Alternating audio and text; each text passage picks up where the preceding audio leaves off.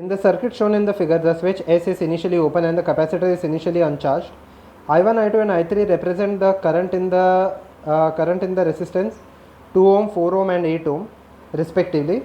Just after the switch S is closed, I1 is equal to, okay, we have to find out the various things after the switch is closed and what will happen after a long time. First of all, understand that as soon as the switch is closed, the capacitors will act as a closed circuit. So there will be directly current flowing through this capacitor and this capacitor. Okay, so initially let us see the initial case. Okay, let us just zoom in this part. If this acts as a closed circuit, so there will be no current flowing through this part. Okay, there will be no current flowing through this part, because if this acts as a closed circuit, okay, the resistance over here is equal to 0. Okay, the resistance over here is equal to 0. Okay, then this resistance will also be eliminated over here. Okay, this resistance will also be eliminated over here. So the only resistance that takes place, okay, that through which the current goes is the 2 ohm resistor. Okay, it's a 2 ohm resistor.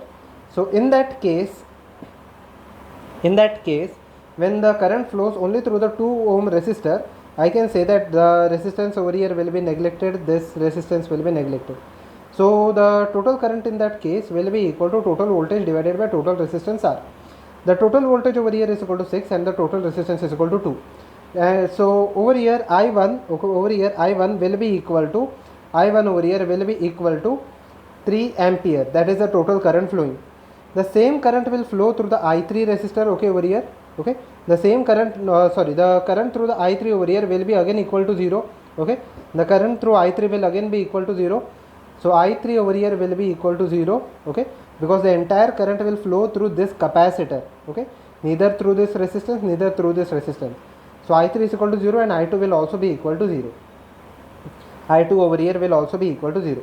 This is the total current obtained just when the switch is closed. So which is equal to option number B. Okay.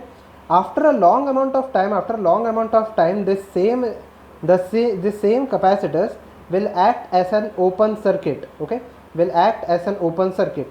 So this capacitor will be eliminated over here. Okay, so this resistor is also eliminated automatically. This capacitor is also eliminated. Okay, so the entire current over here will flow through the 2 ohm and the 8 ohm resistor. Okay, so in that case, the current over here will be equal to total voltage divided by total resistance, that is equal to 6 divided by 10, which is equal to 0.6 ampere. Okay, this is the final current obtained after a long amount of time. So over here I1 will be equal to 0.6 ampere, I3 will be equal to 0.6 ampere and I2 will be equal to 0. Okay, there will be no current flowing again through the 4 ohm resistor. Okay, since there is no other option like this, okay, so C, D and A are incorrect. So the only correct answer is option number B.